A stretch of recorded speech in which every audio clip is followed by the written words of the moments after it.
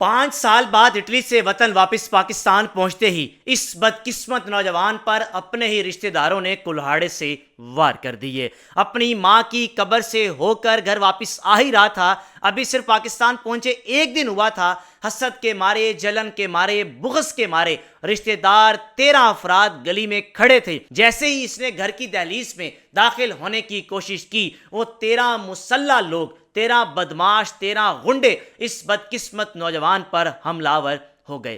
اس حد تک مارا، اتنا بدترین اس پر تشدد کیا، صرف اس کی سانسیں چل رہی تھی، باقی جسم کے ہر حصے کو نقصان پہنچایا، زخمی کیا۔ اب یہ نوجوان پیرالائز ہو چکا ہے، ڈاکٹرز کے مطابق 6 مہینے تو اس کو مکمل طور پر بیڈ ریسٹ چاہیے۔ اصل سٹوری ہے کیا؟ ایک طرف حسد جلن تو آ ہی گیا، لیکن وہ 13 لوگ اس نوجوان پر کیوں حملہ آور ہوئے، تفصیلات میں آپ سے شیئر کروں گا۔ جناب علی، یہ بدقسمت نوجوان جس کا بڑا بھائی سعودی عرب میں رہتا تھا، پہلے یہ سعودی عرب میں مقیم تھا، پھر سعودی عرب سے اٹلی چلا گیا، 5 سال اس کے پیپرز بننے میں لگے، اس دوران اس کی والدہ کا انتقال ہوا، یہ پاکستان نہیں آ سکا کیونکہ ڈاکومنٹس اس کے پاس نہیں تھے۔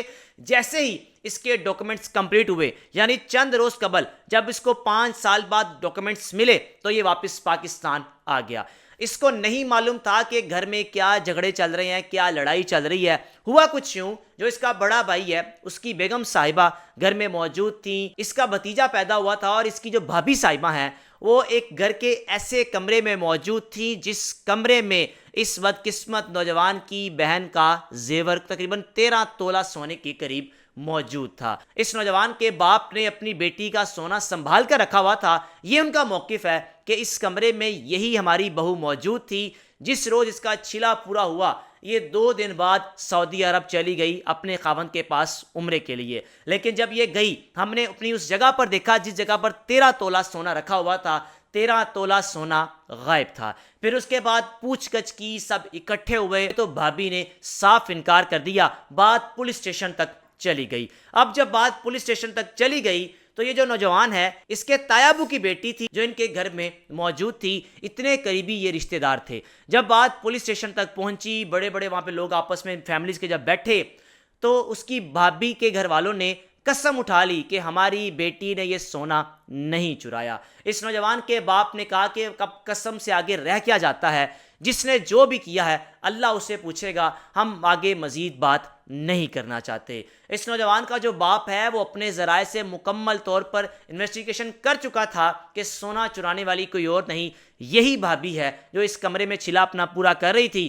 اور یہ واپس اپنے ماں باپ کے گھر گئی۔ جیسے ہی اس کمرے کی تلاشی لی تو سونا موجود نہیں تھا۔ یہ نوجوان جیسے ہی پاکستان پہنچا، گھر میں پہلے ہی لڑائی جھگڑے چل رہے تھے، اور جو رشتہ دار ہیں، حاسدین ہیں، ان کو پتا تھا کہ 5 سال سے اٹلی میں رہنے والے اسی نوجوان نے اپنے گھر والوں کو مضبوط کیا ہے، پیسہ بھیج بھیج کر اپنے گھر والوں کی تقدیر بدلی ہے، اپنے گھر والوں کے دن بدلے ہیں۔ ایک تو وہ حسد تھا، دوسرا یہ حسد تھا کہ ان کی ریڑھ کی ہڈی یہ نوجوان ہے، اگر اس کو نقصان پہنچائیں گے تو یہ بالکل ٹوٹ جائیں گے، ان کے پاس کچھ بھی نہ بچے گا۔ وہ نوجوان جو اپنی والدہ کے انتقال پر پیپرز نہ بننے کی وجہ سے نہیں آ سکا، پیپرز بنتے ہی اپنے باپ کو ملنے آیا، اپنی پھپھو کو ملنے آیا، گھر میں سب موجود تھے، واپس گھر آ رہا تھا کہ راستے میں کھڑے ان تمام 13 کے 13 لوگوں نے اس نوجوان پر اندھا دھند تھپڑوں کی بارش کی، کلہاڑے مارے، زخمی کیا، چھریاں ماری، یعنی اپنی طرف سے وہ اس نوجوان کو مار کر چلے گئے تھے۔ ساتھ یہ بھی کہہ رہے تھے کہ تو پیسہ بھیجتا ہے ان کو،